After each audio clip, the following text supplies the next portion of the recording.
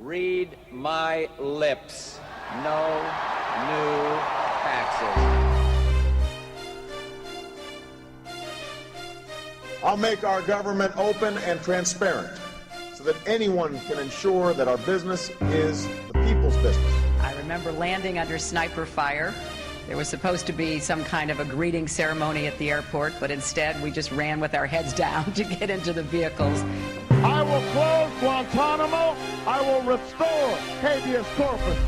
You're listening to Part of the Problem on the Gas Digital Network. How can you be the freest country in the world when you lock more of your own people in cages than any other country in the world? The lesson of 9/11 should have been to never fund another young rebel group in this part of the world again. America started as the smallest government in history, and it's become the biggest government in world history. At the end of the day, it's all about freedom. Here's your host, Dave Smith. What's up, everybody? Welcome to a brand new episode of Part of the Problem. Oof, we got a good one for you today. This one should be pretty juicy. I just wrapped up a conversation with Richard Spencer. I think we talked to close to an hour and a half, and we had not planned on going that long, but we ended up talking a lot. And I thought it was a very interesting, thought-provoking conversation. I hope you guys enjoy it. Before we play that, I have a couple pieces of business, real quick, a couple of plugs that I want to let you know about. Of course, on the 30th, which is now coming up this Thursday, March 30th, one night only, I will be in Boston co-headlining with Louis J. Gomez, and we're also bringing Tim Dillon out for the show. It's at Nick's Comedy Stop. Going to be a lot of fun. There's an after party, a secret post-show party. You get the info at the stand-up show. So come on out to Nick's Comedy Shop in Boston on Thursday, March 30th. Me, Louis J. Gomez, and Tim Dillon. That's going to be a fucking really good time. Make sure you come out to that. Also, okay, here's the big announcement, guys. Big announcement, which is, of course, is the date and venue of yours truly's first comedy special. Okay, I've basically, as a lot of you guys have come to know me from the world of podcasting and, the TV stuff and the radio stuff. And this is kind of where I've gotten my entire audience from. And everybody kind of knows that I do stand up, and I've been doing it for the last 10 years. But at a certain point, I've gotten sick and tired of of waiting for the industry. Gas Digital has done more to help my career than anything else. Since I've been in this game, and they're gonna produce and direct this whole thing. I'm very excited about it. So, June 1st at the Triad Theater, which is on the Upper West Side of Manhattan. We're gonna have two shows. I'll have a link out this week for tickets. Part of the problem, children. If you are in the New York City area, you got to get out to this show. This is the night. We're gonna have it's gonna be a huge event. You get to see my hour special album. Before anybody else does, before it comes out, and there'll be an after party that everyone's invited to. We're going to do a whole thing. So don't forget, June 1st at the Triad Theater. Very excited about this. Make sure you guys come out. And a huge thank you to Gas Digital, which is really just going above and beyond. This thing is going to be a legit comedy special, and I'm very excited. We're just getting into the meat of really planning everything out, and it's going to be pretty cool. So, anyway, okay, those are the plugs. I wanted to say, just maybe preface this conversation with the fact that I get like some heat for having Richard on the show, and I understand that the mainstream media who has decided that Richard Spencer is like some evil person. I know that a lot of my left-wing friends on Facebook who follow the mainstream media's marching orders have also decided that he's a Nazi and the most evil person ever. Look, I have a lot of disagreements with Richard, and I think we get into some of them in this conversation. But the idea that, as I've made this point a couple times now, but the idea that I can sit down with someone at the CIA, or I can sit down with someone in the military, I can sit down with people who are actual killers, I can sit down with people who advocate the next war, but I can't talk to like an ethno-nationalist. I don't see the logic in that.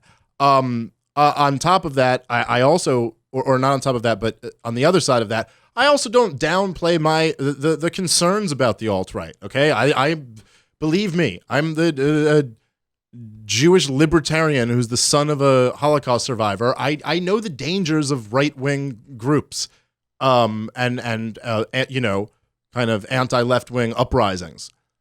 That being said, I gotta say, I've felt this way passionately for a long time. Well, number one, I guess the preface is that I don't like the sloppiness of calling Richard Spencer a Nazi. I don't like just throwing. I actually, if you want to play this liberal game, the lefty game, where they get offended by things, which I don't really like getting into, but if you want to be offended by something, I'm actually more offended by the fact that people on the left think we'll throw out the term Nazi whenever it's politically expendable for them. That they'll just label anybody, the group who was responsible for murdering a whole lot of my family. That kind of bugs me, because I think that should probably be reserved for actual Nazis. That being said, as all of you guys know who listen to the show, I reject this entire paradigm of our of the current government media structure that we have, and I look at the fact that, you know, look, I think we get into this a little bit in the show. I think that the most if you want to talk about Western culture or European culture, the most horrible movements in the world were the socialists and the Nazis and these awful organizations. And then what rose up, what rose up after the Second World War on the communist or socialist side was absolutely terrible. And then the NATO side, which doesn't have as many deaths on its hands as the socialists, and certainly hasn't killed as many of its own people, although the USA does imprison a lot of them. There's somewhere in the neighborhood of 4 million Muslims have been killed by U.S. NATO wars. No one seems to be morally outraged to this, or not as morally outraged about that as they are when Richard Spencer, says "Hail Trump." And I don't think that's right. I don't think that's fair. And I'm not going to go along with these people who are apologists for this regime, when they say this is the thing that we should reserve the most moral outrage for. I don't, I mentioned this in the conversation, but if you really hate Nazis, you would probably make it a big deal that the U.S., after World War II, shipped in a whole bunch of them. That we brought in a whole bunch of Nazis. That would be something maybe you would care about. And then on top of that, so I'd say I find it offensive to just label everybody a Nazi, and I don't think it's accurate, and truth is kind of what I'm after. I would also say I don't agree. So in this kind of the Western post-World War II world, and I'll tell you, I don't know if the general public knows this or knows much about this, but maybe I just happen to, because I'm in a Jewish family that is, Jews are kind of obsessed with never forgetting the Holocaust, and we were actually involved. So this is all kind of, I've been kind of steeped in this, but right-wing tendencies, right? And right-wing fascist-y leaning groups in Europe and elsewhere in the West didn't just go away. They've been under the boot of statism for a while. Like you can't print Nazi writings in Germany. You'll go to fucking jail for it. Even in Canada, some guy, I don't know if he actually went to jail in Canada or he went to jail somewhere else, but he was charged in Canada for being a Holocaust denier. Like, you don't have the freedom of speech in a lot of these countries. You can't, if they deem you hate speech, which is essentially anything that was pro right-wing fascism, you'll do fucking jail time. And so they're like kind of pushed, by force into the darkness and not allowed to make these arguments. And you see this spirit alive even when Richard Spencer gets punched and people are celebrating that. And I just wholeheartedly reject all of that. I reject all of that shit. I don't think the way, even if you think that everything somebody's saying is wrong, I don't believe that you should outlaw their ability to make the case, get rid of their freedom of speech. If you want to, on any level, and this is something I try to get at through our conversation, but if you want to, on any level, judge something as morally superior, or one group is moral, the reason Nazis are bad is because they didn't allow for this individual freedom. And of course, they ended up robbing people of the most important freedom, is your right to life. So this is why we consider them morally wrong. Now, the counter to that is I don't think to also embrace fascism and authoritarianism. So anyway, I've always kind of felt like this is a bad way to deal with something. And what's happening with the alt-right, as we get into in the interview, the rise of the alt-right at this point is something that just can't be denied. And I think it's ridiculous to say we shouldn't have the conversation. We shouldn't look. Say however you think, whatever you feel about Richard Spencer. He's making an intellectual argument, and I think we either have to win the argument or have the conversation and at least find out what's really going on. And that's kind of what I attempt to do. And I think we have a pretty thought-provoking, interesting conversation. I try to pin Richard down at one point on what exactly, he is willing or will accept, being done to people. We agree that it's morally wrong to kill people of other races, and it's morally wrong to aggress against them. Although he seems to accept some gray area of what might, be acceptable in reality if times get rough. And anyway, I don't know if I was quite able to pin him down on that in the way I would have liked to, but maybe that exchange in itself will shed some insight.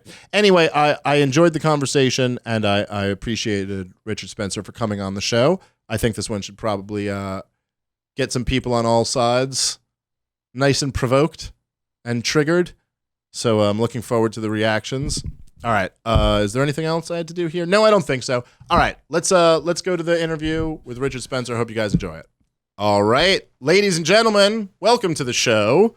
The president of the National Policy Institute, identitarian, Richard Spencer. How are you, sir? I'm doing very well. Thanks for having me on. Yeah, thanks for coming on. We had a conversation when I was guest hosting the Gavin McGinnis show, and I thought we had a very thought-provoking, interesting discussion. This time, instead, I would like to just yell fascist at you, if that's okay. Oh, good. You could just remain silent, and I will, fascist! Yeah. This will just be an hour. Fascist! Mm-hmm. All right. That's good. I think we've successfely defeated the really alt-right. Productive to do that. Yeah.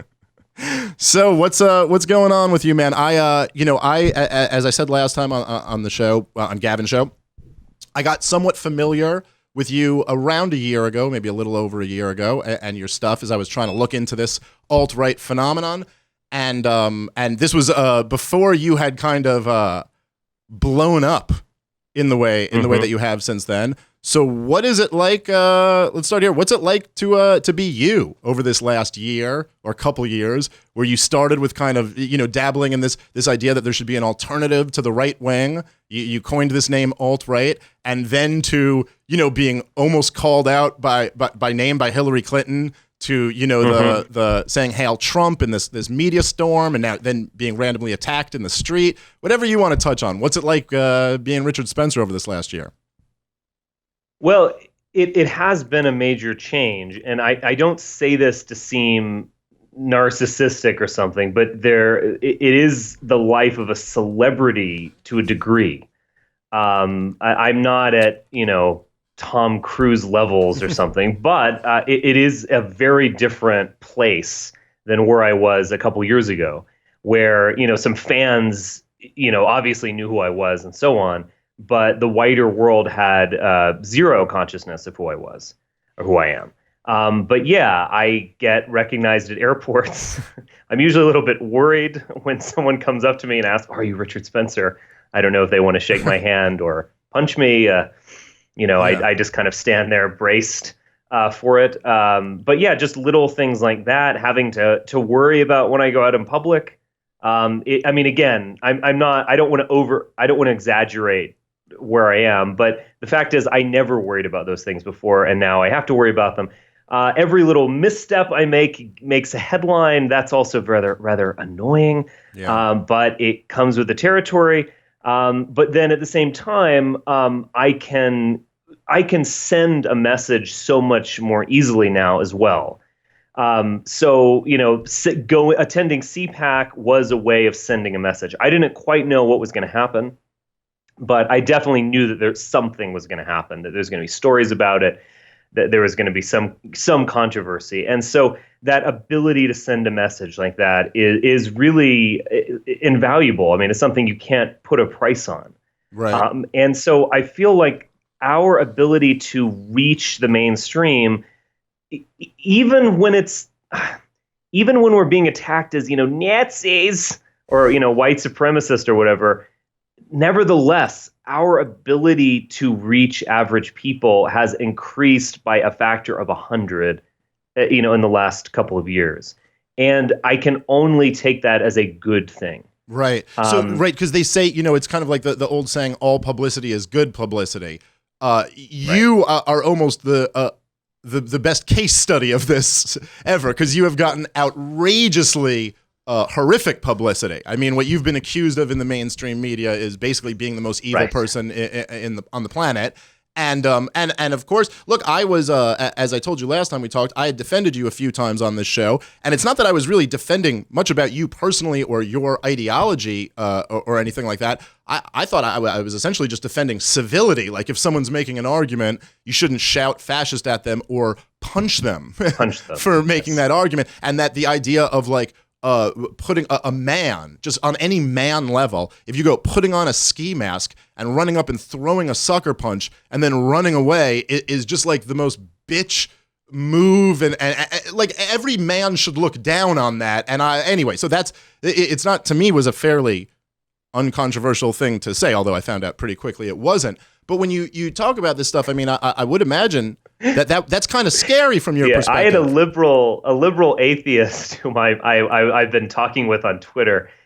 He showed me this tweet where he basically said we should not punch Richard Spencer, and he was called a Nazi for that. Nazis did always advocate not to punch their political enemies. That was always their thing. Advocated nonviolence. Yes. So ironically, they are rehabilitating the reputation of German National Socialism. Well, I thought I actually had one thread where I was defending you on social media, basically a similar type thing, and someone posted to me. They said there's no problem.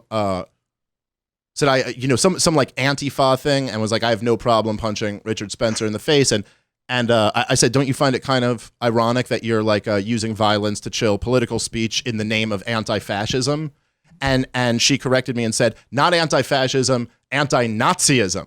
So as if you have now crossed the difference, somehow you've crossed that threshold. And I just find this thing where maybe as a libertarian, as a kind of Rothbardian libertarian, I've seen how much they mischaracterize us in the mainstream media. So when I see these gross mischaracterizations of you guys, my tendency is to go kind of like look into it and try to find out for myself. That's not to say that I agree or disagree with you guys. I just don't get into this kind of like there's a pretty big difference between the fascist movement in general and the Nazis. And there's a pretty big difference between alt-right and fascists. At least it seems to me. I also happen to be of the opinion that our current government is pretty fascistic. So even if you are advocating fascism, it's not really that out of line from what we already have. Well, we've reached a weird stage of fascism. I agree that you can call it that. The idea that the United States is some libertarian paradise or something is beyond ridiculous. So it is a kind of fascism, a certain kind of corporatism.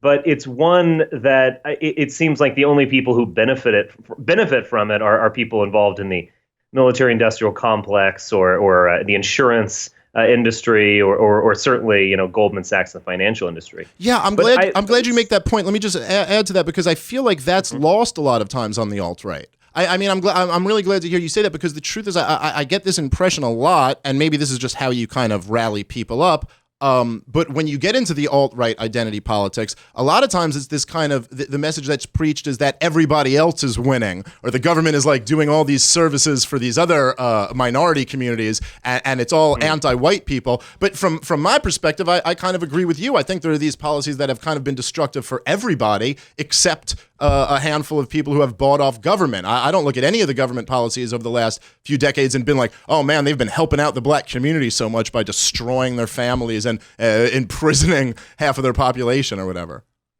I think you're getting at something very true when you say this. I'm thinking through this. Look, the government isn't one thing. The government is this huge collection of apparatuses. Yeah. And they're used in totally contradictory forms. They have contradictory energies and spirits. They come out at different times, and they'll hang around for decades, and people forget that they exist, and so on. So what we have is something like this, a total state, as Carl Schmitt defined it. And the problem with this, and a state that tries to do everything, it tries to improve nutrition for black families. It tries to spread democracy in the Middle East. It tries to blow up ISIS terrorists. It tries to socialize the insurance industry and so on. It tries to do everything, and basically it can do nothing. It can do nothing right.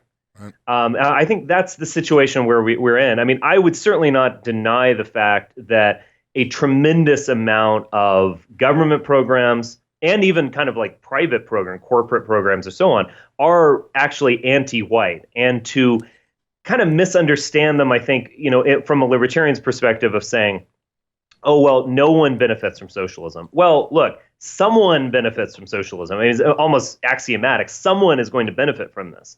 When new money is created, the person who gets it first really benefits from it.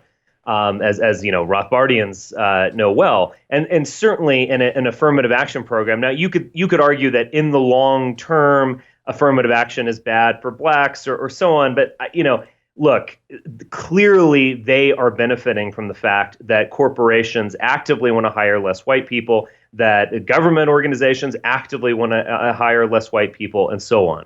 Okay, let me just get into this a little. I agree with a lot of what you're saying, but not the entirety. So let's try to unpack it a little, because so I agree with you completely. Right, the government is this big thing with all these different forces. You're right, and it's not. We do too often think of it almost as a monolith, like they all have this goal. They have lots of competing ideas, contradictory goals and outcomes, and all of this stuff. That being said, and I agree with you, and maybe where I am sympathetic to the alt-right the most is that I find the blatant racism of the left, the anti-white racism, just outrageous and disgusting. It's cartoonish. I can't even believe they're so open with it that they wouldn't keep it in their pocket. I mean, say whatever you will about the right-wing bigotry. The right-wing bigotry is always in your hip pocket a little bit. I mean, they just put this thing out like they openly love the idea of a white male genocide and the demographic change and all these things. And and rhetorically, it's so acceptable to be anti-white throughout the last, say like last few decades in American society. There are these blatant programs. The only, like in terms of actual laws that are in themselves discriminatory and prejudiced, the only ones are anti-white laws, like you're saying, like the hiring quotas and things like that. Like I get that. That's true. That also being said, welfare has on net been incredibly destructive to the black community. Welfare, the war on drugs on net has been incredibly. So the idea of what I'm saying, just for the metaphor, the simple metaphor, if there is like a house slave and a field slave or whatever, it doesn't, you can point to where one person is benefiting and the other one isn't. I agree with you. Right. Socialism has to make someone benefit. I was talking about before, I think there's an elite group that are benefiting off of this. But the point overall is that, while I am sympathetic to this horrible rhetorical anti-white thing, I don't know. Like the people who have been most fucked over by the government, I'm looking more at like the people in Iraq, the people in the poorest communities. And it's not just black communities, but a whole lot of them are black communities that have if you look at the 70% legitimacy rate that the black community had just a few decades ago compared to what it is now in like the teens or something. It's 70% illegitimacy rate, I believe. Right. So it flipped almost. Right. Okay. Yeah. So, I mean, it's outrageous. And that's, I don't believe that this is a result of some newfound poverty or some newfound racism out there. This is a result of government subsidizing the worst behavior, criminalizing nonviolent behavior and creating these huge black markets. So I just want to I'm not painting an oversimplistic picture when I say these things fuck everybody over. That's more or less what I want to say.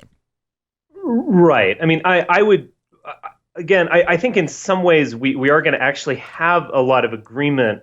I think it's a question of emphasis to a degree. I mean, look, of course, Iraqis have been screwed over worse than white Americans. I mean, in the sense that 1 million of them are now no longer exist. I think the way that I would, look at this though is that the United States was a white country as as late as the mid 20th century. And we still have the kind of echoes of this even to this day, in the sense that what a truly multicultural, multiracial America, would look like, we don't quite know yet. Because in a way, America still is white. The flag is white. Patriotism's white. A speech before Congress is very white. He's speaking before fascistic symbols, interestingly. So I don't even know what a multicultural, multiracial America is going to look like. So if you look at this grand trajectory, we've gone from a point of the United States in the 18th century, and I'm of course not talking about the North American continent. Obviously, that is very different racially and so on. The United States, since the 18th century, as effectively an Anglo-Protestant country, as a revolutionary offshoot of Britain, being transformed across the 19th century into a more European country that is, taking in, new immigrants from Ireland, from Southern Europe, from Eastern Europe, and so on. That's where we started fucking up. That's where we started blowing it, Spencer. Well, I mean, I kind of agree in a way. Like I think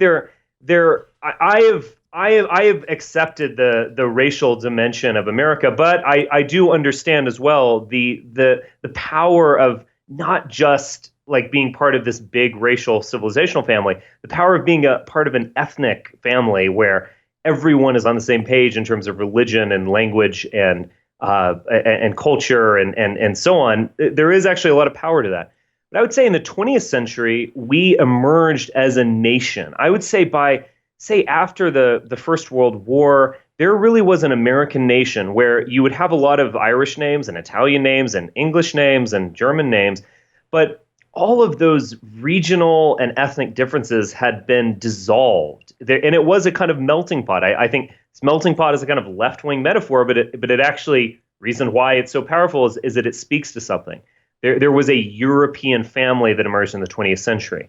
And that is, for older people, that is basically their starting point. For people who are our parents' age, the baby boomer generation, they can't help but think of America as it's a white country and we should help out some of these plucky minorities who have just come here. That's the way they think about it. They don't grasp where we are, where white people are going to be a minority in this country as soon as 2040.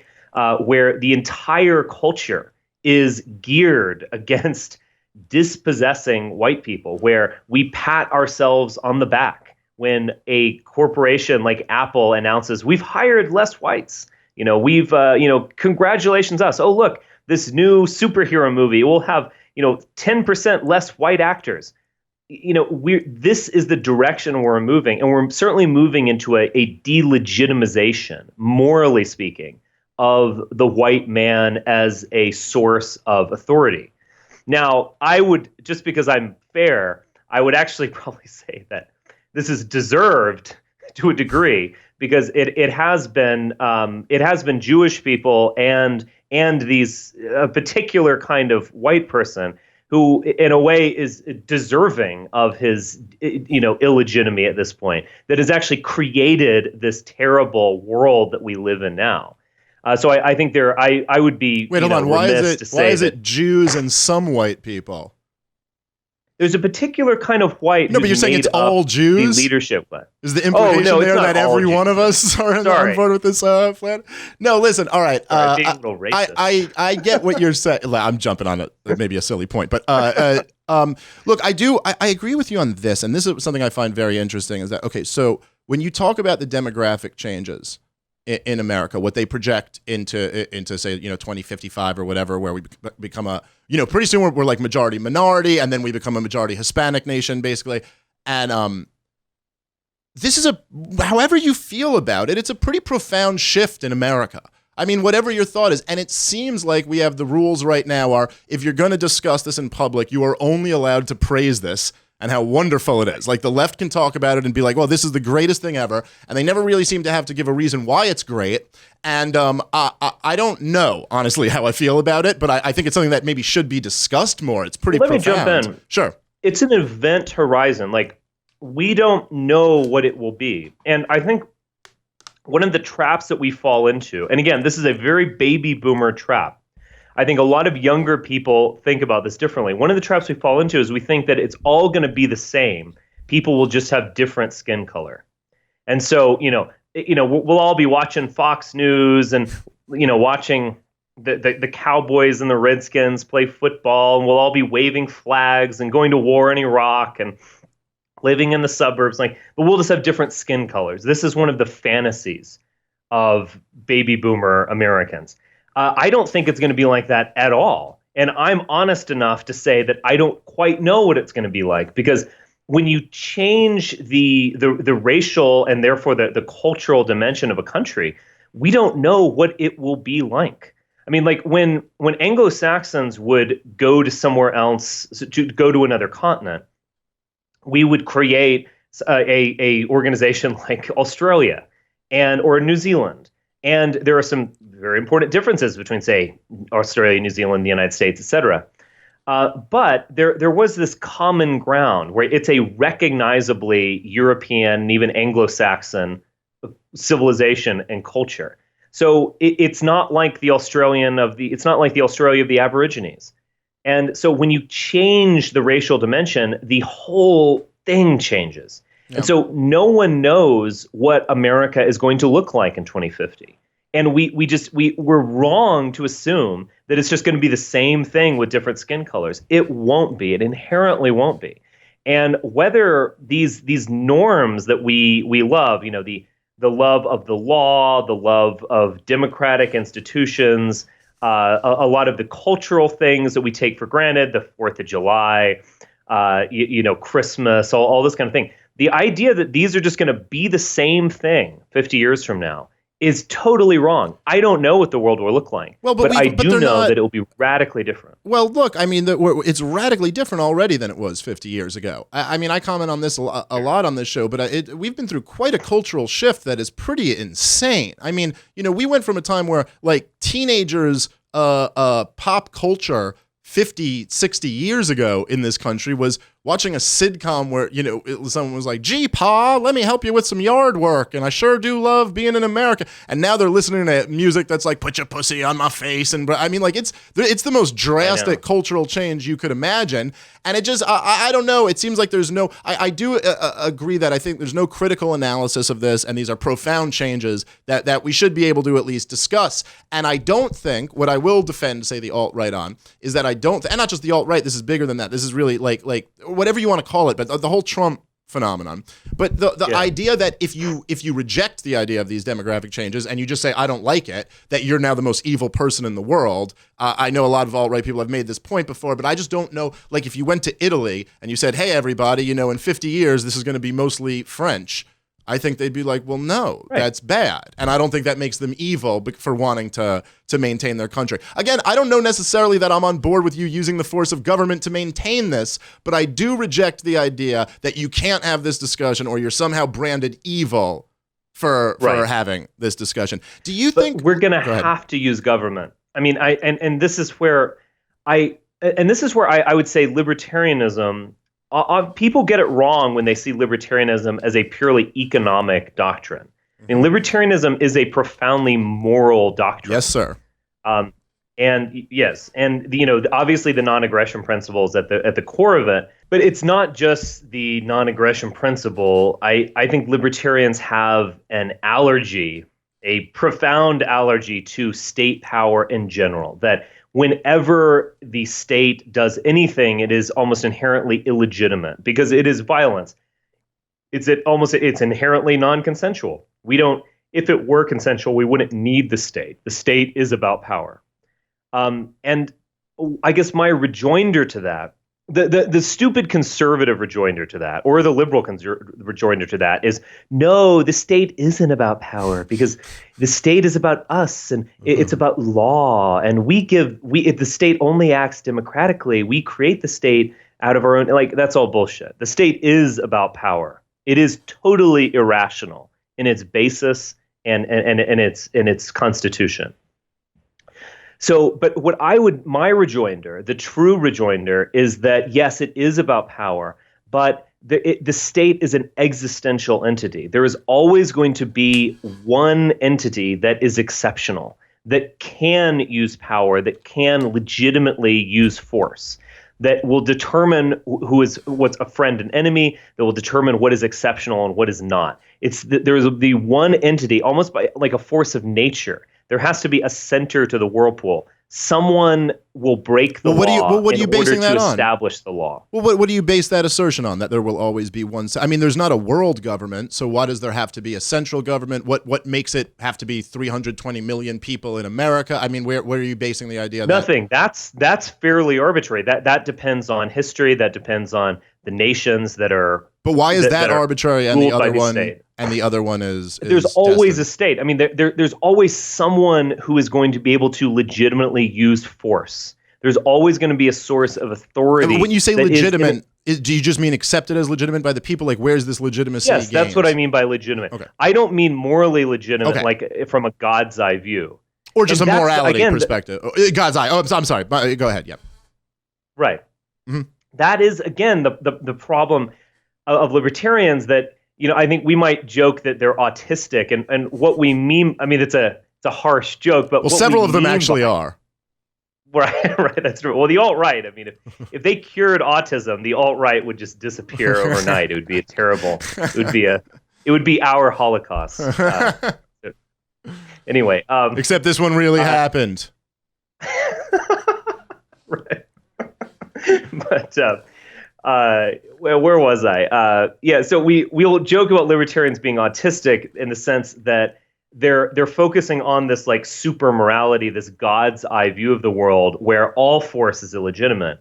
But the fact is, we have to understand that the state is legitimate because people think it's legitimate, and that's a real thing. It's subjective, but it's a real thing. The state can go to war. The state can arrest you and throw you in prison.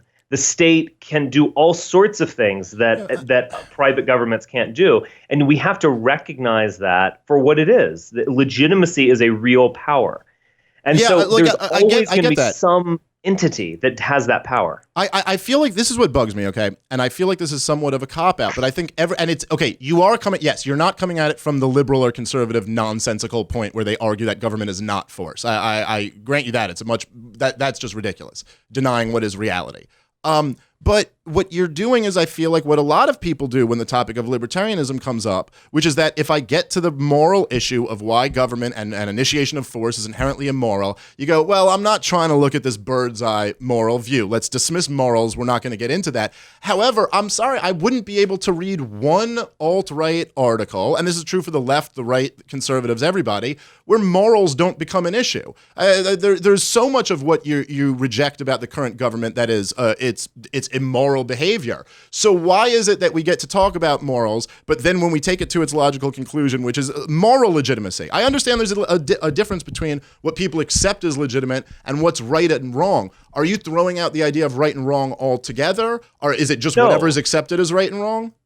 No, I'm not throwing out the idea of right and wrong altogether. I totally agree that morality, the world is shot through with morality. This ideology it inflects everything, and it inflects art, it inflects how we deal with the shop owner, it inflects political discussions. I definitely grant you that. What I'm saying is that there is this tragic and seemingly contradictory aspect to morality, that morality is founded on immorality, and that legitimacy is ultimately founded on violence. And that basically gets to the tragedy of human existence. And don't claim that that's another cop-out. Because I understand what you're saying, but it's still not answering. Look, I'm not even saying we're going to live in an anarchist libertarian paradise tomorrow. I also don't think we're going to live in your ethnostate, tomorrow or whatever any of us are advocating. We're all pretty radical in our politics by today's standard. But I think if we're going to get into this and we're going to acknowledge that there are morals, I would want to talk about what's morally correct. Look, I want to make this point quickly here before we continue. We can continue on this, but I want to, where I started on the Gavin McInnes show when we were talking, which I think is just important to assess here. One of the main reasons why I enjoy having these conversations and why I take or one of the things I should just say that I enjoy about, or that I agree with you the most on your views, are being anti-war. And this is something that never comes up when they're talking about how, you're the most evil Nazi ever, that you are against all, not just the horrible European wars of the 20th century, but these awful wars in the Middle East. And we talked about this last time, and we both agreed, and you agreed with me, that there's a real moral issue to slaughtering Muslims in their homeland. Like whatever you believe about identity or cultural preference or any of that, it's immoral to kill people of another. So we all agree it's immoral. We'd agree it's immoral to enslave people. We'd agree it's immoral to throw people in gas chambers. I think, right? We all. I don't mean to be patronizing when I ask this. It's just you're painted by the mainstream media as somebody probably who wouldn't agree that those things are immoral. But if we all agree this, I think where the rubber really meets the road between this identitarian versus libertarian thing is like, what are you okay with doing to these minority groups? Or forget you, what are you okay with the government doing to these groups? Because my position is that everyone has natural rights and it's immoral to violate them. So what are you want to live in an ethnostate, essentially, right? So like, I'm okay. I don't have anything against, like the Amish or something like that. Like, not that that's what you want to live, but I don't have anything against you wanting to live with people who you prefer. But what line do you say, well, this is immoral, we can't do this to other groups? Or is it just like, hey, whoever's got the might is right and they win? I'm going to return to this tragic dimension of political life, and that is that the United States was founded on violence. At the end of the day, the United States would not exist without the revolutionary violence against a legitimate, ruler in the form of London. That is the reason why the United States exists. The United States would not exist in its current form if there wasn't effectively a conquest of the continent by white Anglo-Saxon men, mostly, who took the continent. And there was undoubtedly terrible things that accompanied all of that. But at the same time, we would not have the political order that we have now. So what I am saying is that there is a tragic dimension to the political existence. There's a John Ford movie called The Man Who Shot Liberty Valance, which I think everyone should watch. It's a brilliant film. It's almost as good as The Searchers, which is about many of the same themes. And there's a scene at the end of it where Jimmy Stewart is with his wife is on a train, and they're remembering their previous life when they were in their 20s and they were living in a Wild West wilderness of gunfighters and these Mexican gangs and chaos and so on. And she says, this was a wilderness, now it's a garden. And that line, which seems like a throw-off line, really gets at the tragedy of establishing political order. Political order, states are built on violence and conquest. Now, we can claim that they're therefore illegitimate, or we can claim that in the wake of that tragedy, we can establish something good. And that's what I'm saying. So it's not a case of like, I think that if you're not white, we should just, you have no rights, we should just throw you off a cliff, you're garbage. No, that's not what I think. I oppose, as you say, the United States government has done many terrible things against Arabs and non-whites in my lifetime, and I oppose almost every one of those actions, if not every one of them. But that being said, I'm not going to also deny that in order to establish a new order, that there is going to be a kind of chaos, exceptional state of emergency period that would probably be at the base of it. Now, I don't know what that's going to look like. I don't know what that's going to happen, but I do think that we are headed in the direction of some kind of paradigm shift, that we are headed in the direction of a kind of civil war. We're headed in the direction of a fragmentation of the United States nation as it is, and that we're not headed for a nice, happy American utopia where we're all citizens, we all love each other. I think we're headed for something much bloody and much more tearful than that. Well, look, I think I unfortunately, I think you could be right about that. I think there's lots of signs of a lot of economic troubles, from, as I know you've read up a bunch on Austrian economics and stuff, and that's really kind of my my jam. And I think there's a lot of reasons to suspect there's a lot of economic instability. And obviously there's a lot of cultural instability right now, and a lot of people who are demonizing other, the people are so, it's not like they just have political disagreements. People have really fundamental, as I'm sure you're well aware of, kind of passionate moral disagreements.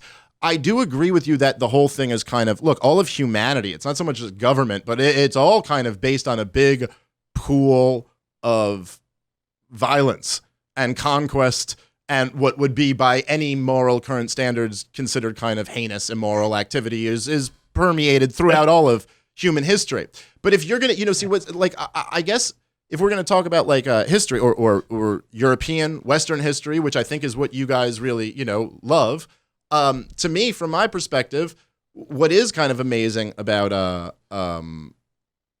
Western civilization, or the greatness in Western civilization, does kind of come from the Enlightenment and the Renaissance and classical liberalism, and the idea of saying, hey, look, we understand all of humanity has been founded on this violence, but we can find a kind of more, we can base society more in reason, in morals. I'm not saying anything was perfect, but we moved in this direction, and we I think in the 19th century, we, look, again, you can demonize any time period you want to, but we did some pretty amazing things for human innovation. I mean, we abolished slavery in the West. We had an industrial revolution. We had the biggest advancement in terms of the standard of living in the history of humanity. And to me, I credit a lot of this to the classical liberal thought, the idea of freedom and natural rights and these and logic and reason taking over.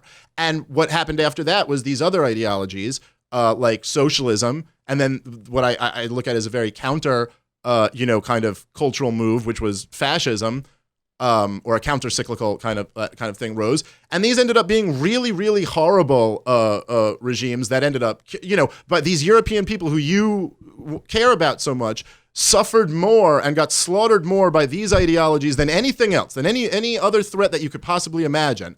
And I wonder if, what concerns me is that when you throw out the kind of respect for natural rights, or even as you just said there, where you go, well, there's going to be this chaotic time in the middle, and then there's kind of I don't know. So that's a gray area where like we might have to round up and kill out, or do something to the people we deem we don't like. The gray area where I think people like me will likely be rounded up, to be honest. I mean, I'm just saying. It's a lot more likely than you getting what you want. I don't mean that like in some, attacky way. I'm just saying if you look at the idea of right now who controls the government, the media, the mainstream. Of course, you guys have done an amazing thing over the last few years. I just meant stepping back objectively speaking about popularity. But yeah, if you're talking about who the government's going to initiate force again, you're a safer bet than any of your enemies right now. I agree. I'm realistic about that. But just to go back to what you were saying, I mean, I think you have a bit of a romantic view of the Enlightenment. I guess that's kind of an ironic thing to say since the Romantics were kind of reacting against the Enlightenment. Yes, right. No, I think you have a romantic view of the Enlightenment and a non-tragic view of the Enlightenment. First off, just to go back a little bit, in terms of innovation, I mean, the 19th century was truly miraculous. I mean, we underestimate even like the invention of the bicycle, like how important something like that is. I mean, it's and it's obviously not just that, the scientific discoveries from and innovations like the invention of film, the invention of everything, and in this time period, you have everything like in terms of, I mean, like economics, biology, like all of these things are pretty much what we all consider the basics of them are developed in this time period. I agree, and I'll grant Enlightenment thinking some some credit for this. I will grant them some. However, to look back across the whole swath of European history and think that it was, we were just living in caves, grabbing women by the hair and dragging them back, for mating purposes. Well, that sounds fun. So maybe we just should go back to that. Fuck the Enlightenment. Caveman. That was when we were truly alive. Yes, I understand things started before that. Yes, obviously, like the philosophical explorations of the pre-Socratic philosophers was amazing. When you really put that into context, and we're understanding the invention of geometry, basically the Ur version of philosophy as we know it. So, and the inventions in the Middle Ages. So, look, I don't really want to give all credit to the Enlightenment. And if you want to credit the Enlightenment for a bit of this explosion of innovation, which I will, because I'm fair, you also have to blame the Enlightenment for something like the crimes of the Soviet Union.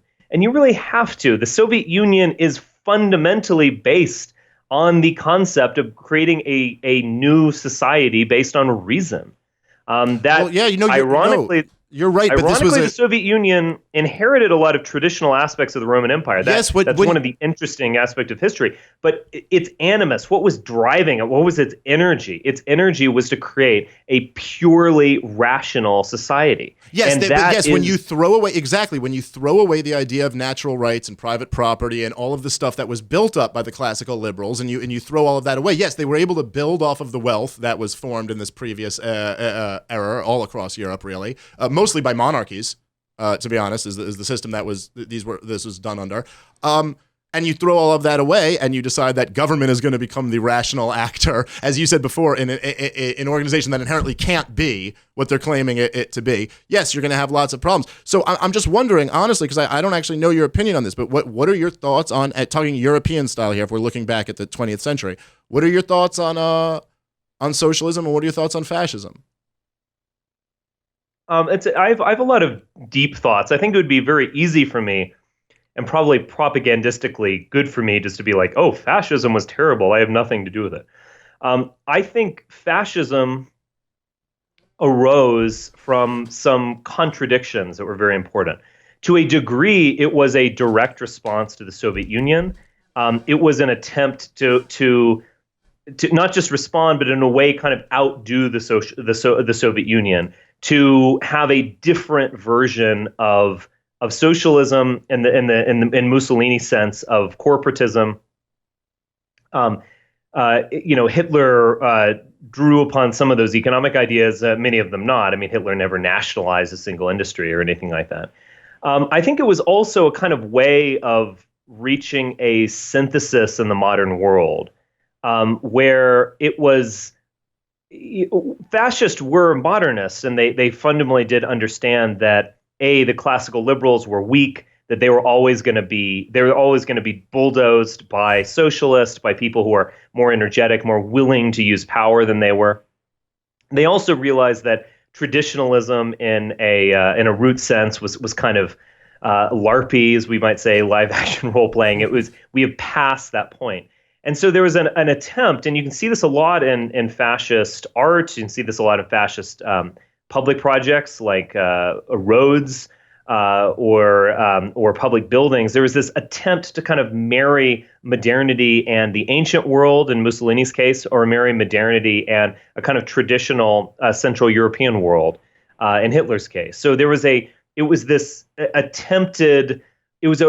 response to modernity, and it was an attempted synthesis where we would have aspects of modernity. We'd have the technology, the cars, the roads, the new big buildings, so on. But we would somehow connect that to a deeper tradition. And I think that's what fascism was attempting. Yeah, I think but by the way, so I would say, Can I just interject just to say, sure. And this is as somebody who's a Jew, and my grandfather was a German Jew, did not have a very good life over there. Although again, a lot of Europeans in that time did not have a very good life, and I even for myself, I do think the conversation of fascism gets in modern American history. I can literally hear people as we're having this conversation. It's literally the thought is just people being thrown in ovens, like that's what they define fascism in their mind. And it was actually a much bigger movement. And to me, Nazism was the most brutal form of fascism, and I think they're horrible and did a lot of horrible, evil things. But it is interesting to talk about, even when you're saying like the countries like Mussolini's fascism and the broader fascist movement was in a sense, it was as you're saying, to me, and I think they even said as much, it was almost like a middle ground between the socialism and the classical liberalism, where they understood that this socialistic idea of man was crazy. Like this idea that man was, oh, well, I'll unite with workers of the world, and like this is how I identify as against the proletariat or against the bourgeoisie. Like this is crazy, and that you can't like throw away tradition and all of this nonsense and enforce. Right. And they understood that you needed business to some degree, but they also wanted to have their authoritarianism as well. And this was kind of their idea of the marriage. You know, I do think in a way there's something much more. What's the word I'm looking for? In a way, there's something much more sustainable about fascism than socialism. Right. There's something where it actually, though it didn't last as long. Well, I mean, yes, but that was only with help from a much less fascistic government, from my point of view. Right. I mean, because the Soviet Union, you know, it had its run. It lasted kind of 3/4 of a century. Right. Fascism lasted a couple of decades. You're right. But you could actually look at it. Fascism is this kind of synthesis of seemingly contradictory things, is a synthesis of modernity and technology, and with traditionalism and paganism, actually, is another aspect that we shouldn't forget. It's reaching back to a religious form.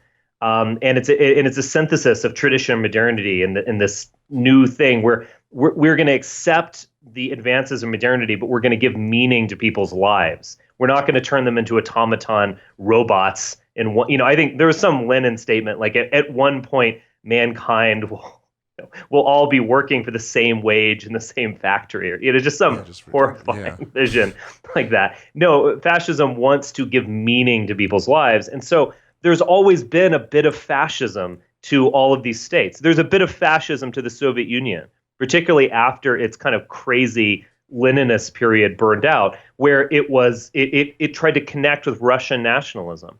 It tried to connect with a certain Russian imperialism as well. And those are two separate things, but connected, obviously.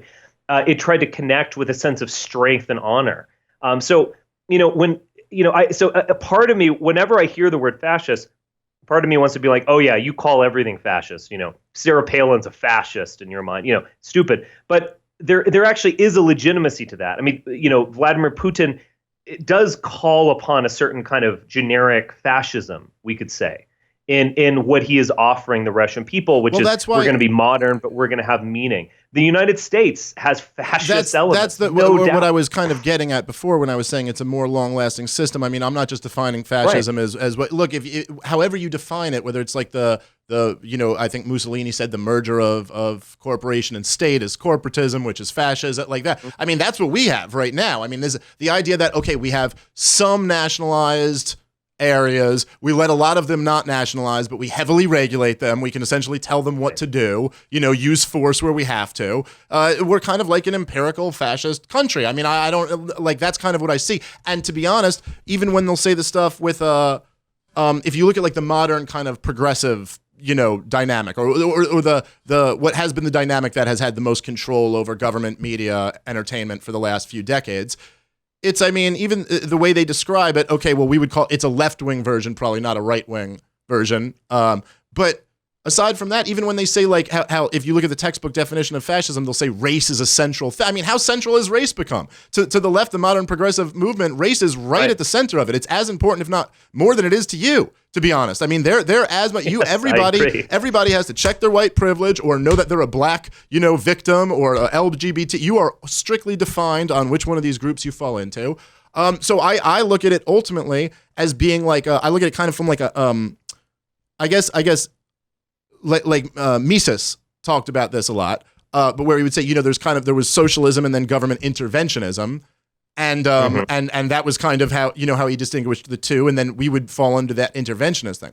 Now, the other thing, since I bring up Mises, is that Mises was a guy who was Ludwig von Mises. For anyone who doesn't know, in my opinion, probably the greatest economist who ever lived. Maybe not in yours, but he was a Jewish economist, an Austrian, who spent his entire life writing against the socialists and the lefties and government and how terrible government was. And then what actually rose up around him and made him have to flee Europe was not the socialists. It was the Nazis who rose up kind of on this hatred of the left.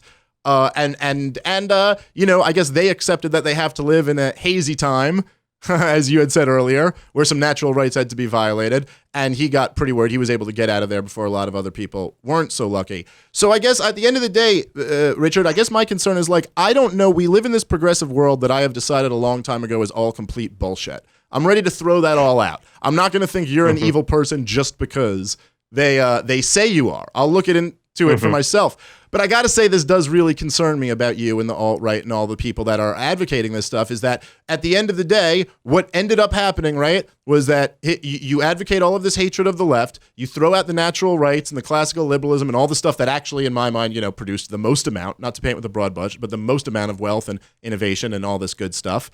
And what ends up happening is a big bloodbath, as you said, which we might be gearing up for in the future, in which case you guys become more of a threat to my liberties and my freedoms than this horrible government that I hate ever was. So am I crazy? Am I off base? Or what do you think? Well, no, I don't think you're right, but I would say this. I do think that we're not entering this kind of end of history utopia. I think we've lived through that. This point where identity would dissolve and we'd all be consuming individuals. Natural right would animate all governments around the world. I do not think we're ever going to re-enter that. I think that period probably lasted for 5 years in the 1990s, and we have now entered a new stage of history. But I would say that, again, I would go back to this tragic sense of liberty and freedom that I have, that is that I think rights come after the establishment of the state. And that probably makes you nauseous, or you don't like thinking about that. I do not think there's a natural right that pre-exists the state. I don't think you have rights outside of being part of a collective. So my answer to all of this is that if you want to maintain your identity and your rights and your basic liberties and freedom and so on, you need to be in a collective that will always support you. Being just a rootless individual, cosmopolitan, and so on, they often don't fare well in societies. Like if I moved to, say, Japan or something, I'm sure that if I were able to do that I would be perfectly fine as a gaijin, as a Westerner living in Japan. But if there were a chaotic time, I'm not gonna be delusional or naive and say that people like me might be the first to be cracked down upon, whether by society or by the government. And I think I could, thump my natural rights at them, or I could just simply recognize the reality of the situation. So basically, what I would advocate for everyone is that the nationalism really is a prescription for happiness, being part of a collective where everyone is inherently on the same page, culturally and morally and often linguistically and religiously and things like that. That is the prescription for safety. That's where you will be able to have freedom and liberty and rights, when you're within this collective that is your own country. Okay, so I guess what I would say is this. I think there's a distinction, but whatever you want to talk about rights coming from government, I mean, maybe in some legal way, there's truth to that. But as we said before, we both do agree that there is some sense of morality, and to me, that clearly can't come from government. By its nature, it can't come from government. No person can create morality or not. Listen, if you go and I don't know, whatever, you just fly by in some helicopter or something, and you fly over like a governmentless area, let's say, somewhere out in some, the jungle or something, I don't know, and you just murder somebody, I think you've committed an immoral act, and there may never be any legal ramifications or anything like that. And I very much reject the idea that I can either talk about what I think is morally right or wrong, or I can deal with the reality of the situation now. I think we can do both. I think we can do both. No, that's not what I'm saying. I am not an either-or thinker. I think actually either-orism is, well, I mean, to get really deep here, I think this either-orism is that is something that's brought to us by Abrahamic religions and Christianity in particular, and Judaism. No, I have a tragic conception of life. I have a pagan conception of life. You can talk about morality. I'm not claiming that, like, Bill Clinton invented morality or something like obviously no. But morality is a collective system.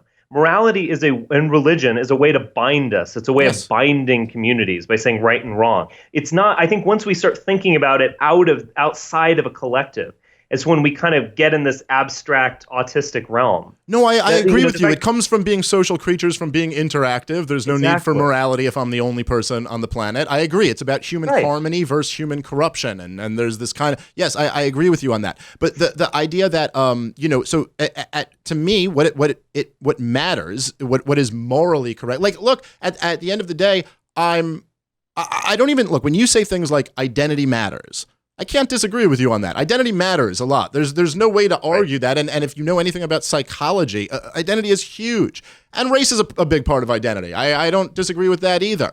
The concern at the end of the day for me is, look, the reason I'm defending you from being punched in the face, but when you're trying to make an argument, is that's wrong.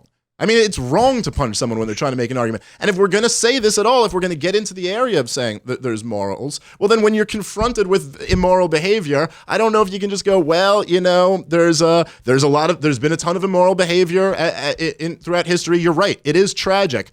But it's still, you still have to be but that's what I'm saying. Like, look, I'm putting forth this kind of Nietzschean sense of you swallow the awfulness of existence, the fact that we are going to all end up dying alone in pain and in sorrow. You swallow it all, and then you're willing to justify life by the fact that there is joy and creation in it. That is what I'm saying about human history. I'm just not being a Pollyanna and saying that, like, oh, all of human history up until 1960 was just terrible. No, thank God we now have liberalism. It's like, no, look, we're the product of this historical development. We benefit from the fact that the state does have power. We benefit at the end of the day from so many of these crimes that were committed by our ancestors.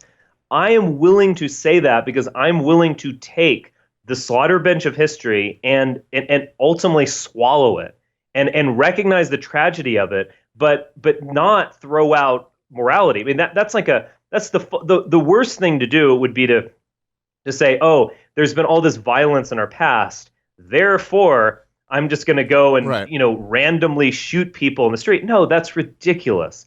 What I'm saying is that there has been violence in the past and that we can swallow this, we can accept it, when we build something that's beautiful and harmonious and wonderful. And that's the kind of challenge of existing on this planet. Well, look, I agree with you that we're getting deep here. Yeah, we Has really your are. podcast ever gotten this deep? This is pretty deep. For me, this is pretty out. And this is a deep podcast, but this is pretty deep. I like it though. Look, for me, I'd say this. I think I agree with you that there is this just this worldview that dominates, but both the left and right in America that has lost touch with the reality of what human beings are. Like, even just for anyone, whether it's, I don't know exactly what to put my finger on, but whether it's the cultural relativism or the idea that to even think you could go spread democracy through the Middle East at the point of a gun, you first have to have so many misconceptions about the world and humanity and the way things work. And I agree that the idea that, look, of course I prefer Western civilization. Everybody here prefers, whether they'll admit it or not, all these lefties prefer Western civilization too. They're all choosing to stay in Western civilization over these other, I'm saying prefer to these other places. Not that it's perfect, but, of course, but to me, even if you accept what I'm saying, right, the idea that people have natural rights and that it's immoral to infringe upon them, that inherently makes you not a cultural relativist, because I'm already expressing a preference for Western civilization because they've acknowledged that to a far higher degree than any other civilization has. So I can kind of come at this from a perspective where I can sympathize with that aspect of it. That being said, I just still, maybe I'm a little bit murky on exactly what it is that you advocate for. So you want a state, an ethnostate, right? Essentially, this is your end goal, a state. And what is it when we're swallowing or in this fuzzy time? What are we willing to do to create that? Well, I mean, I would be willing to do quite a bit. I mean, the fact is, we're not there yet. Like, we aren't in. I do think that the current order that we're existing in is the trajectory is downwards. The trajectory is towards disintegration. But look, we both have very good lives at this point. We both can reasonably expect safety and comfort and so on. We are not in a revolutionary situation. But what I am saying is that we will be. That what America right now is kind of propped up. It's a house of cards built on massive debt, built on basically having an economy that's going to kind of placate some natural, cultural, and racial divisions that are there. And that at some point, this house of cards is going to come down. And we need to have, and it's already coming down in many ways. And we need to have an answer. We need to have an ultimate solution to this. We can't just analyze it and get mad at things. I think libertarians and the alt-right to a degree and conservatives, they've been very good at just saying what's wrong with the world. Oh, this is bad. This program's bad. These cultural Marxists are bad, whatever. But we need to offer something that is a way out. And that's why I think actually the ethnostate is vital, that we can't be identitarians without having that vision of something beyond where we are right now. I guess let me ask you this, because it seems to me that a lot of the stuff that you're advocating, or the political stuff in the ethnostate, obviously that would be considered fairly radical politically, whenever, but even in the past. But truthfully, like, your attitudes toward race, I think were all but accepted in American society before, like, the 60s maybe, or before even later than that, like the era of political correctness or whatever. Later, yeah, like, really, I mean, it's like so mid 80s to 90s, I would say. This is almost right. You're probably more accurate there. Like, the ideas first sprung up in the 60s and then really culturally took effect probably more when you were saying later in the 80s. But so in a sense, just having an idea that race matters or an in-group preference or something like that almost isn't really, that's been the entire history of the world, basically, until this last little artificial few decades where these progressives, or whatever you want to call them, the kind of whatever this left-wing American thing has been, kind of took over. Before that, pretty much all of human history. I mean, even in my grandfather's day, if a Catholic was marrying a Protestant, that was a big deal. I mean, there was a lot of emphasis on culture.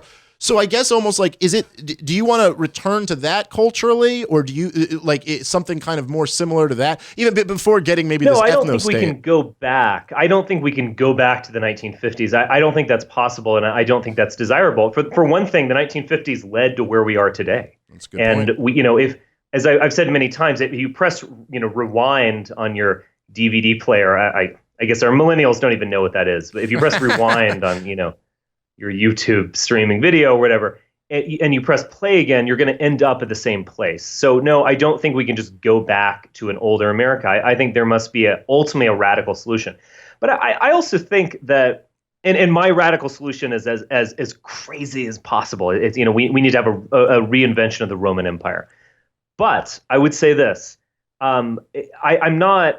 we shouldn't kind of live in that utopia. I mean, you can't. I have opinions about the modern world right now that are highly pragmatic and so on. I mean, I just wrote a piece on why Donald Trump should support a public option in healthcare, and that would include everyone. That's not an ethno-state solution. Can I tell you of everything I've ever heard you say? That's the one I find most offensive. Good. Anyway, I don't care about the thing. You can heil Trump all you want to. Just please stop advocating for socialized healthcare. Jesus. Socialized healthcare. What do you think about? Look, I can go. I'm sorry. I can have opinions about. All I'm saying is that, look, I'm not a lunatic. I'm not like living in my Dungeons and Dragons world of the ethno-state, circa 200, 2100. I think it is good to think about those things, and I actually think a lot of. On Twitter, there's this account called alt-right fanfic, where, it will just be these totally outlandish, tales of, life in the ethnostate. I think that actually is positive, but I don't think we should ever get lost in that. We've got to have one foot in the world right now, and we've got to also have kind of one foot in that fantasy world in a way, in that world that is to be. because you do have to think about the future. The left is good at this. The left is very good at imagining new worlds and bringing them into being. The right will often kind of be like, oh, well, let's go back to where we were 30 years ago. And the left usually wins. So I think the right does need to capture some of that I fantastical energy. Whether you're, as I said before, we both have what are considered radical politics today, whether you're advocating for an ethnostate or an anarcho-capitalism or whatever, but there is something there. I couldn't agree with you more that right now I think there's a real case to believe in the possibility of a real change, a real fundamental shift in America right now. I mean, what's going on with the Trump moment and the deep state versus the executive branch, the collapse of the mainstream media, the connectivity of humans, the leaks that are constant that they can't stop at this point from flooding out. There's lots of really major paradigm shifts going on right now. So I do agree with you that there's a real strong case for radicalism right now and the idea of thinking about some new world and how we can create that. Let me ask you this, because as you're kind of, as you talked about at the beginning, and we'll wrap up in a second because I've kept you longer than I planned on. It's all right, actually. This is a good conversation. I agree. I've very much enjoyed it, as I did our last conversation.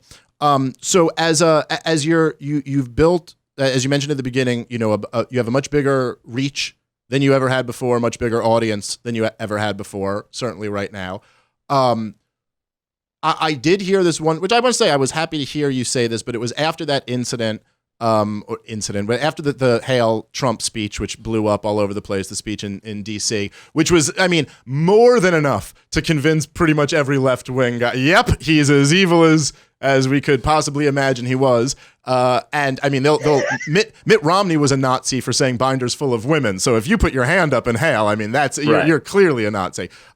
But obviously there were a handful of people in the crowd who were hailing Hitler. And I was happy to hear you say after that, you kind of said, look, at this point, the alt-right probably should knock that stuff off. We were kind of being loud and getting attention before, but it's not the best thing for selling our message. It's not really what you believe in, essentially. And so I'm just curious, what do you think about, look, all the Nazi... Look, I can get a joke as much as anyone. I have no problem with a racist joke. Go listen to my other podcast, Legion of Skanks. I have absolutely no problem with a racist joke. I get the idea of a middle finger to the establishment. I get where if they're going to call everyone a Nazi, eventually instead of going, no, I'm not a Nazi, you just go, fuck you, I'm a Nazi. How about that? I get that. I do. Yes. But do you at all, does it concern you? Because I think it's far worse on the left wing, and I call them out all the time for it. But I will say there is just a ton of hatred for Jews and blacks and minority groups that festers in these internet comments in kind of the alt-right world, a lot of Nazi, terminology. This is stuff that does turn a lot of people off. And I gotta say, as someone who's developed into this radical world, but I came from a Jewish family who, is very aware of all this stuff, I get it. I get why people look at that and go, oh, these people are fucking evil. I do get some degree of that. So what are your thoughts on that? Does that concern you at all? Or, what are your thoughts? Well, it definitely it concerns me. I mean, what I've said before is that, and you accurately reiterated what I've said, and that is that, those, and I didn't give a salute for whatever that's worth. I raised a whiskey glass. I would mention that at in the Republican National Convention, when I was at a cocktail party and I had a few, I actually gave a communist salute, that is the clenched fist, totally ironically, and was photographed by Vanity Fair. And yet no one has ever had a problem with that. They're like, oh, he was clearly joking. It's kind of funny. That was the most, yet some people in the audience gave a Roman salute, and it's like, oh my God, they're going to start putting people in train cars tomorrow morning. So there is this kind of interesting asymmetry where there's just this obsession with Hitler as kind of the ultimate boogeyman of history, and if you're connected with him in any way, that you are delegitimized, and as you say, I think a lot of guys just get called Nazi all the time and just want to say fuck you, I am a Nazi. But I think there is a problem to that. I mean, I get it in a sense. I think when people are red-pilled, as we say, when they start to recognize the reality of, say, Jewish power and influence, when they start to recognize the reality of Jewish identity, when they start to recognize the reality of race and so on, there's almost a tendency to go extreme. And I understand that. I just feel that what we ultimately need to have is a moderation. And I don't mean that in the sense of like being boring and bourgeois, like moderate. I mean that in a mediation, in the sense that we do have radical notions. We are willing to talk about things that are taboo, but we're also able and willing to communicate with real people. I think we need to reach that. And there are going to be times when we maybe go a little too far, and we can't get defined by that. If Hailgate happened and we were just defined by Hailgate, that this is who we are nothing but screaming insults at people and giving Roman salutes, well, we are going nowhere. Well, right, but and you're an organization that tends to define others based on groups of them. I mean, if you're talking about Jewish identity or the Jewish problem or whatever, or what blacks do, you're defining other groups based on the members that you don't like, and you're saying you have a reaction to their thing and you go too far. So how can you argue against anyone else to not have a reaction to that stuff in your group and define you guys as that? Well, right. We have to generalize at some point if we're going to communicate at all. Yeah. All I'm saying is that our look should not be neo-Nazism. I mean, that kind of stuff has failed. Yeah. And, it's not legitimate. It's not going to reach anyone. So I just think it's important. I'm definitely never going to apologize to the Hail Trump. I mean, I would do it again. We were in a moment of euphoria and exuberance, and it was just like, what Trump has done is amazing. I never thought this would. I explicitly did not think this was possible, what Trump did. I argued against this happening, and he proved me wrong. Sure. It was just kind of like, hail Trump. What Trump has pulled off is the most incredible political feat in my lifetime. Seems like an understatement to say, but it clearly is the most incredible political accomplishment. I mean, he took out the Bush family and the Clinton family on his way. It's just unbelievable. I never would have. I didn't think they'd let him in. It actually challenged my whole view of how this whole thing works. I didn't think they would ever let him in, to be honest. A lot of people say that. A lot of people have said that who we've questioned a little bit of the control. Yeah. Of that, say, elite groups, the financial, or so on. I think we all have to question that a little bit, just by the very fact that Trump is there. Yeah, I think too many people of like the Alex Jones kind of persuasion. They have this idea that like, well, the Bilderberg guys meet in a group and they have their ideas, and then that's what happens to a T. And more realistically, it's like they meet, they have some ideas, they try to make them happen. A bunch of them fail, some unintended things happen. Then they go with that. Then they try to change this around. Because if you look at it all, it's like you can look back and see like, oh, these things come out like, oh, they wanted to take out 5 countries in the Middle East, but there's still like 2 on the list that didn't get taken out, and there's still and they didn't get the hot war in Syria that they wanted, and they didn't get the war in Iran, and so there are I think you're right about that stuff. Okay, well, maybe just to go with this again. I know you took. As you said, you defend what you said in the speech, and honestly, I don't think it was, at least in the mainstream media, it wasn't anything you said in the speech that they jumped on. It was the fact that people were doing the Heil Hitler. And I did make the point, as much as that does rub me the wrong way, that Che Guevara T-shirts are never questioned, and all these other, Justin Trudeau just praised, Castro, and to me that would seem a lot more important than what a few guys at Richard Spencer's speech are doing. And the other thing that I look at is, I think, if you're to use your term, like red-pilled, is I would think of it as like a red-pilled libertarian, or if you're red-pilled on the government at all, when they start calling you a Nazi, and it's like, you're the same people who don't find it noteworthy or newsworthy that the U.S. government brought in a whole bunch of Nazis to found NASA, or that the U.S. brought in like they don't care about Nazis. They don't actually hate Nazis. It's just that they were the big losers of this war. They're the boogeyman in history, and they use this now to demonize everybody else. So I get that, but when they calling you a Nazi, I don't think is fair. And of course, as you said before, if you give them that excuse, they will do that all day long. But when I say you're sorry, go ahead. At the same time, I don't know. I don't believe that Hailgate, as it's come down to be known, was some just unequivocally bad thing we kind of survived. I don't believe that, actually. Well, it was huge publicity.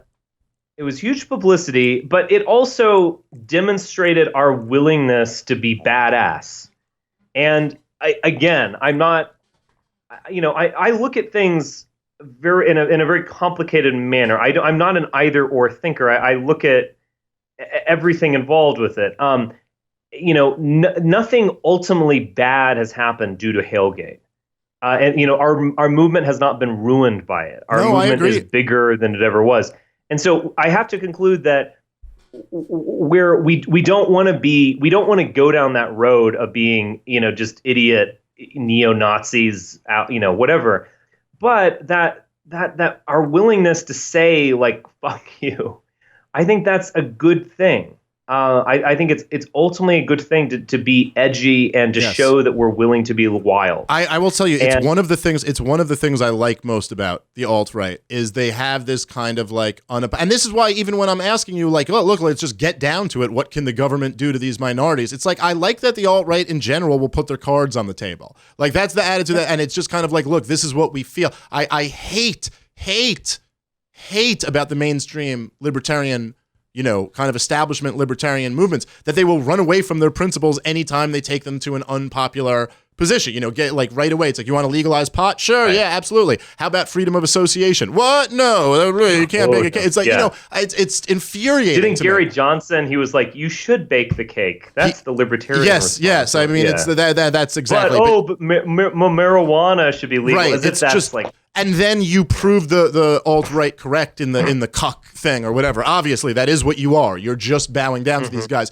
I from my perspective, I don't really think I'm that type of libertarian. I'm very happy to tell them, like, yeah, you should absolutely be allowed to put up a whites-only sign or whatever. But I like that about the alt-right, that they are willing to be to say what they think and not worry about, not be in fear of political correctness, backlash, or whatever. That I think a big part of the reason why you guys have been outperforming us for the last couple years is because that you have that badass quality that's very attractive, especially to the demographic that basically we're all going after, whether we want to or not, but the demographic we get is that demographic that you like whether or not I like it. I can whether you're for or against multiculturalism, if you're a libertarian or anyone out on that, we're speaking primarily to young white men. I mean, that's the overwhelming majority of who my audience is, and to these people, it is very appealing to be the most badass, the most politically incorrect. I just don't necessarily think, I worry about going from internet comments saying "end the Fed" to saying "fuck niggers." I don't know what that actually does for us in terms of advancing anything. And actually, I don't hate black people. There's a lot of them that I love, so I'm not like really on board with that. I really do want to end the Fed. So for me, what I think is kind of tragic is that libertarians have lost all the juice over the last few years, and all the internet comments went from being, what I love. Every YouTube video, I don't care what it was, a few years ago would have been like Ron Paul was dominating the comments. Yeah. And now it's your world down there. It's all right in Trump. No, it is an amazing thing, and I'm not saying this to brag. I mean, this is a clear cultural trajectory, not political, cultural trajectory, and that is very interesting. I was reminded when you're talking. One of my former coworkers named Michael Brendan Doherty had a very funny line that's always stuck with me. It was during the Ron Paul newsletter controversy of 2007 or 2008. And this becomes a controversy anytime Ron Paul's doing good, by the way. Yeah, no doubt. And he said that, most of the time libertarians are accused of being racist who use libertarian ideology to advance their agenda. But the Ron Paul newsletters was one of the sole times where libertarians were using racism to advance freedom. It's kind of true in a way. So maybe you should just say like, oh, I hate niggers. Oh. Well, maybe that is the. Oh God, I said that on YouTube. This is going to be. That's it. By the way, that's all we're putting out. There's the rest of this converson will not be released at all. Yeah, at this point, fuck it. But yeah, I don't really think you're losing any people that you would have been talking to otherwise. No, but there is an interesting cultural trajectory, and I am a little bit worried about it. I don't want us to ever lose the juice, and obviously things ebb and flow, so you do lose the juice to a degree. But I am worried. We've got to continue to be radical. Well, I have to say, and I'm not saying this because out of Schadenfreude or anything like that. I do think libertarianism has lost the juice, and I'm just saying this objectively, not trying to offend anyone. Oh no, look, to deny what I just said is crazy. I mean, I'm on the other side of this. But yeah, it's insane. It doesn't have the edge. Ron Paul doesn't have the edge that he did. Saying you're against the Fed doesn't have the edge that it would if you said, I think white people have a right to exist or something. That's edgier. And part of the reason why that has libertarianism as a movement is just, I mean, like, what is the difference? I mean, between like the left, basically. I mean, it's just, I mean, I guess they don't like the government, but that's about it. I mean, well, I mean, look, they pander a lot to the left, but I'm not exactly willing to say there's no difference between them and the left. I mean, we have a government that spends $4 trillion a year. The pandering is so extreme. As I said, that like it disturbs me. They're fighting for like children's abilities to change gender and divorce their parents. I mean, once those are your key issues, it's just like, fair enough. Listen, right, they will move to Berkeley, have fun. I want to be perfectly fair here, and I agree with you. Believe me, I am more deeply offended by that stuff than I think almost anybody is. But to be fair, it's not that their number one issue is the transgender kids. It's just they will pander on that issue, which is fucking insanity, and they shouldn't. But I don't think that I'm not going to say there's no difference between what guys at Reason Magazine would do and the amount of money that Barack Obama would spend in a year. I mean, it's pretty drastic where they. But okay. Fair enough. I agree with you, but I do look at it like I would say this, what you were talking about with the alt-right kind of have been taken over. A big part of the reason why it's so badass is because you are jumping on the third rail that is the third rail. Like race is the third rail in America today. Forget all this other stuff about, like it is the third rail to talk about Medicare, but it's not really like nearly as much. And that's because the multiculturalism and anti-whiteness or whatever is been at the core of leftist ideology and the people who have taken over kind of everything, who run all the major institutions for a long time. So you're kind of going against that. I would just say this, if you're talking about the alt-right is a fairly new phenomenon, but a lot of your people who maybe have had intellectual influence on you, and there's been people who were conservatives, Pat Buchanan and people like that, who were talking about issues of immigration and a lot of the similar type of things that you were talking about, but years before, maybe not all the same things, and didn't take it as far as you do, but certainly was getting at a lot of the same core. And there was always that wing. And Rothbard supported Pat Buchanan because he felt like kind of like what you were saying. He was like, they got the juice. Even what you're talking about, the error of when the newsletters were actually written is around this time, where it's like, yeah, you're right. They the feeling was they had the juice. There was this right-wing populism where people like David Duke were very popular, and Pat Buchanan had this national movement, and there were these people, and they felt like that. And then, by the way, that did flip. Now, it didn't flip overnight, but when Ron Paul was having this moment, when the Libertarian was rising, people like Pat Buchanan and David Duke were doing the opposite. They were throwing their support behind Ron Paul. Like, look, we may not agree with him on everything. It's actually true. But he's got the juice. So just because you guys have it right now and we had it 3 years ago, I wouldn't this is probably more good advice to you than you're alt-right people than I care to give, but don't feel like this can't shift again in a second. Don't feel like when the economic crash happens, this is a big part of why we had our juice, was that economic crash happened and Ron Paul told the fucking truth when nobody else did. Right. These wars were out of control and Ron Paul told the fucking truth when nobody else did. Now, I'll be honest, Donald Trump dabbled in truth and then gave a lot of populist kind of, things that will just be, well, it's a lot easier to just say this than get into the weeds of this. Okay, there's a reason you won that way, but so you guys took it further, but what have you got around him? What are you actually going to get out of this? That still kind of remains to be seen. Right. Anyway, we'll have the juice, and you'll have the juice. I've got you saying a couple great quotables. That was kind of childish. All right, listen. I've kept you almost a half hour over what I thought, but I really do enjoy our conversations. Let people know where they can find your stuff and any closing thoughts. Go to altright.com. That is basically where I'm putting all of my energies these days. So go visit us there. You can find out everything. altright.com.